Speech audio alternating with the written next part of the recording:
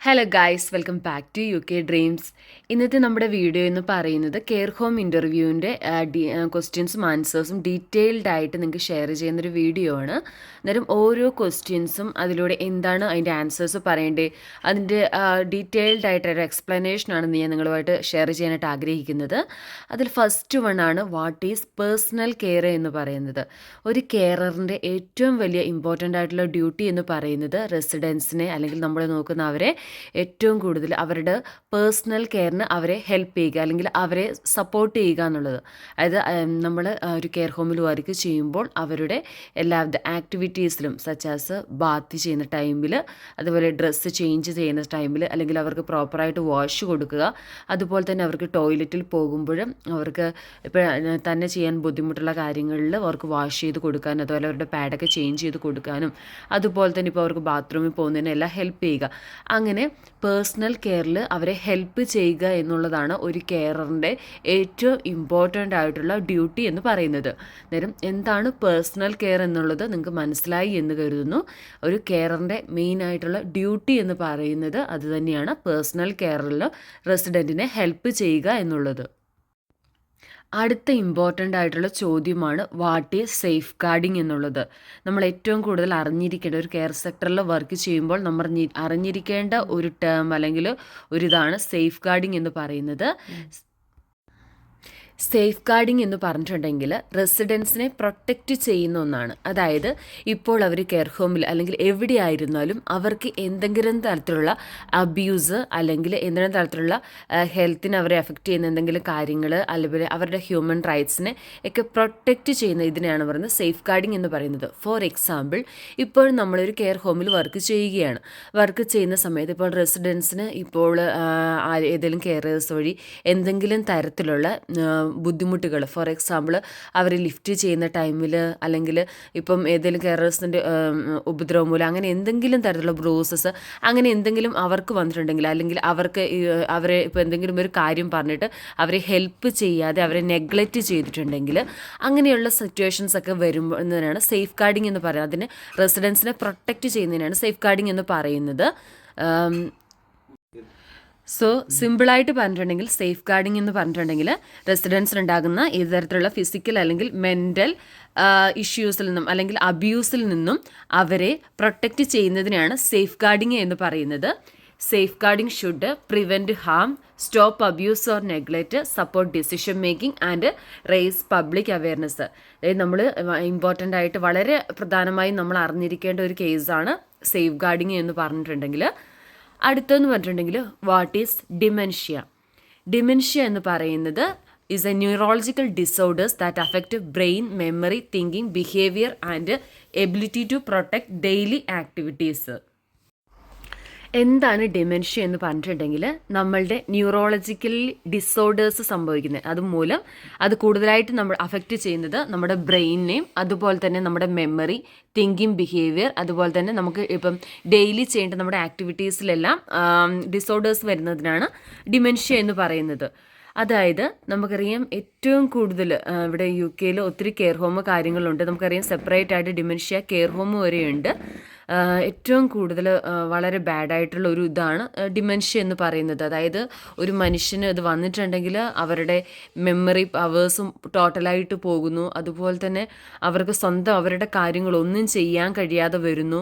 അതുപോലെ അവർക്ക് പ്രോപ്പറായിട്ട് കമ്മ്യൂണിക്കേറ്റ് ചെയ്യാൻ പറ്റാതെ വരുന്നു. ഹാലൂസിനേഷൻസ് ഉണ്ടാകുന്നു. അവരുടെ ടോട്ടൽ മെൻ്റൽ ഡിസോർഡേഴ്സ് ഉണ്ടാകുന്നു. അവരെന്താണ് ചെയ്യുന്നതെന്ന് പോലും അവർക്ക് മനസ്സിലാക്കാൻ കഴിയാതെ അത്രയും വളരെ ഒരു ഇതായിട്ടുള്ള ഒരു ഡിസോർഡറാണ് ഡിമെൻഷ്യ എന്ന് പറയുന്നത്. അന്നേരം നമുക്കറിയാം UK പല കെയർ ഹോമുകൾ ഡിമെൻഷ്യ കെയർ ഹോംസ് ഉണ്ട്.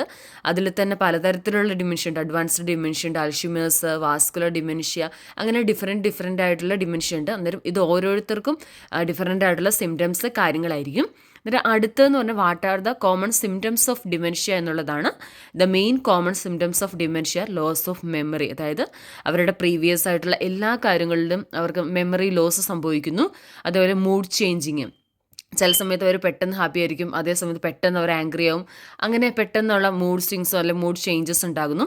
ഇന്നെബിലിറ്റി ടു പ്ലാൻ, അതായത് അവർക്ക് പ്ലാൻ ചെയ്യാൻ, അതുപോലെ ഒരു തിങ്കിങ് കപ്പാസിറ്റിയും അവർക്ക് ഇല്ലാതെയാകുന്നു. അതുപോലെ എപ്പോഴും തന്നെ അവർക്ക് കൺഫ്യൂഷൻസും ഭയങ്കര ആങ്സൈറ്റി കാര്യങ്ങളൊക്കെ ആയിരിക്കും.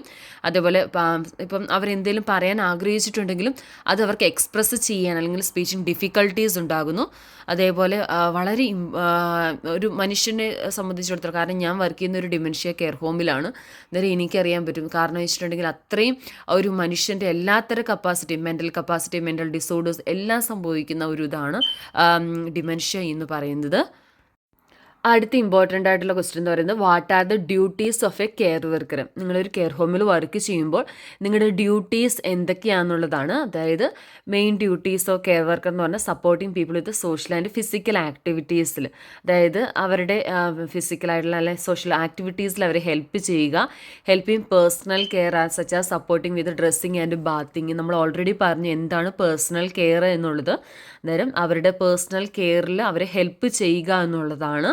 അതെന്ന് പറയുമ്പോൾ എല്ലാ കേസും വരും. ഡ്രസ്സിങ്, ബാത്തിങ്, ഷവറിങ്, അതുപോലെ ഈറ്റിങ്, ഡ്രിങ്കിങ്, അതുപോലെ എല്ലാ കാര്യത്തിലും അവരെ ഹെൽപ്പ് ചെയ്യുക. ടോയ്ലറ്റിങ്, അല്ല എല്ലാ കാര്യത്തിലും അവരെ ഹെൽപ്പ് ചെയ്യുക എന്നുള്ളതാണ് ഏറ്റവും ഇമ്പോർട്ടൻ്റ് ആയിട്ടുള്ള ഡ്യൂട്ടി എന്ന് പറയുന്നത്. Monitor and record the clients physical and mental wellbeing to senior staffs. അതായത് നമ്മളിപ്പോൾ വർക്ക് ചെയ്യുമ്പോൾ നമുക്ക് സീനിയർ കെയറേഴ്സ് ഉണ്ടായിരിക്കും. അന്നേരം നമ്മൾ അവരുടെ അണ്ടറിലായിരിക്കും വർക്ക് ചെയ്യുന്നുണ്ടാവുന്നത്. അന്നേരം അവർക്ക് ഇപ്പോൾ എന്തെങ്കിലും പെട്ടെന്ന് ക്ലയൻസിന് എന്തെങ്കിലും തരത്തിലുള്ള അല്ലെങ്കിൽ റെസിഡൻസിന് എന്തെങ്കിലും പെട്ടെന്ന് തരത്തിലുള്ള എന്തെങ്കിലും ഡിഫറൻസസ് നിങ്ങൾക്ക് ഫീൽ ചെയ്യുകയാണെങ്കിൽ നോർമലായിട്ടുള്ളതിനേക്കാൾ, ഇപ്പോൾ അവർക്ക് എന്തെങ്കിലും ബ്രീത്തിങ് ഡിഫിക്കൽട്ടീസ് അല്ലെങ്കിൽ എന്തെങ്കിലും തരത്തിലുള്ള ഒരു ഡിസോർഡർ അല്ലെങ്കിൽ ഒരു അൺയൂഷ്വൽ ആയിട്ട് എന്തെങ്കിലും നിങ്ങൾക്ക് ഫീൽ ചെയ്തിട്ടുണ്ടെങ്കിൽ നമ്മൾ അപ്പം തന്നെ നമ്മുടെ സീനിയർ കെയറിനെ അല്ലെങ്കിൽ നേഴ്സിനെ നമ്മൾ റിപ്പോർട്ട് ചെയ്തിട്ടുണ്ടായിരിക്കണം. അതുപോലെ തന്നെ പ്രോപ്പറായിട്ട് ഡോക്യുമെൻ്റ് ചെയ്തിട്ടുണ്ടായിരിക്കണം. ഇതൊക്കെയാണ് ഒരു കെയർ വർക്കറിൻ്റെ ഇമ്പോർട്ടൻ്റ് ആയിട്ടുള്ള ഡ്യൂട്ടീസ് എന്ന് പറയുന്നത്. അടുത്തതെന്ന് പറഞ്ഞിട്ടുണ്ടെങ്കിൽ ഒരു കോമൺ ആയിട്ടുള്ളൊരു ചോദ്യമാണ് what are the 6 C's of a health care. ഇത് എല്ലാവർക്കും തന്നെ അറിയുന്നതാണ്, ഞാൻ ജസ്റ്റ് ഒന്ന് പറയുന്നുള്ളൂ. Care, compassion, competence, communication, courage and commitment. 6 C's of a health care sector എന്ന് പറയുന്നത് ഇതൊക്കെയാണ്. അടുത്തത് ഇമ്പോർട്ടൻ്റ് ആയിട്ടുള്ള ഒന്നാണ് what is communication. Communication is the process of sharing ideas, thoughts and feelings to others. നമുക്കറിയാം നമ്മളൊരു കെയർ സെക്ടറിലാകുമ്പോൾ നമുക്ക് ഏറ്റവും ഇമ്പോർട്ടൻ്റ് ആയിട്ട് വേണ്ട ഒരു സ്കില്ലും ഒരു കാര്യം എന്ന് പറയുന്നത് പ്രോപ്പറായിട്ടുള്ള കമ്മ്യൂണിക്കേഷൻ സ്കില്ലാണ്. അതായത് നമ്മുടെ ആ തോട്ട്സ് നമ്മുടെ ഇതും മറ്റുള്ളവരുമായിട്ട് കമ്മ്യൂണിക്കേറ്റ് ചെയ്യുമ്പോൾ അത് നമ്മുടെ റെസിഡൻസിനോട് മാത്രമല്ല നമ്മുടെ സ്റ്റാഫിനോടും അല്ലെങ്കിൽ മാനേജ്മെൻറ്റിനോടൊക്കെ നമ്മൾ കമ്മ്യൂണിക്കേറ്റ് ചെയ്യുമ്പോൾ നമുക്ക് ഏറ്റവും കൂടുതൽ എസെൻഷ്യലായിട്ട് വേണ്ട ഒരു ക്വാളിഫിക്കേഷൻ എന്ന് പറയുന്നത് കമ്മ്യൂണിക്കേഷൻ സ്കില്ല് തന്നെയാണ്. അടുത്തതെന്ന് പറഞ്ഞിട്ടുണ്ടെങ്കിൽ what are the different types of dementia. ഞാൻ പറഞ്ഞു പലതരത്തിലുള്ള ഡിമെൻഷ്യാസ് ഉണ്ട്. അന്നേരം ഇതിൻ്റെ എല്ലാ സിംറ്റംസ് കാര്യങ്ങളൊക്കെ വളരെ ഡിഫറെൻ്റ് ആയിട്ടാണ് ഉള്ളത്. അന്നേരം അതിൽ പ്രധാനമായിട്ടും 4 തരത്തിലുള്ള ഡിമെൻഷ്യാസ് ആണുള്ളത്. ഫസ്റ്റ് വൺ നിങ്ങൾ കേട്ടിട്ടുണ്ട്, അൽഷിമേഴ്സ് ഡിസീസ് അല്ലെ അൽഷിമേഴ്സ് ഡിമെൻഷ്യ, വാസ്കുലർ ഡിമെൻഷ്യ വിത്ത് ലെവി ബോഡീസ്, ഫ്രണ്ടോ ടെമ്പറൽ ഡിമെൻഷ്യ. ഇതിൻ്റെ ഓരോരുത്തർക്കും അതിൻ്റെ ഡിഫറെൻ്റ് ആയിട്ടുള്ള സിംറ്റംസ് കാര്യങ്ങളൊക്കെ ആയിരിക്കും.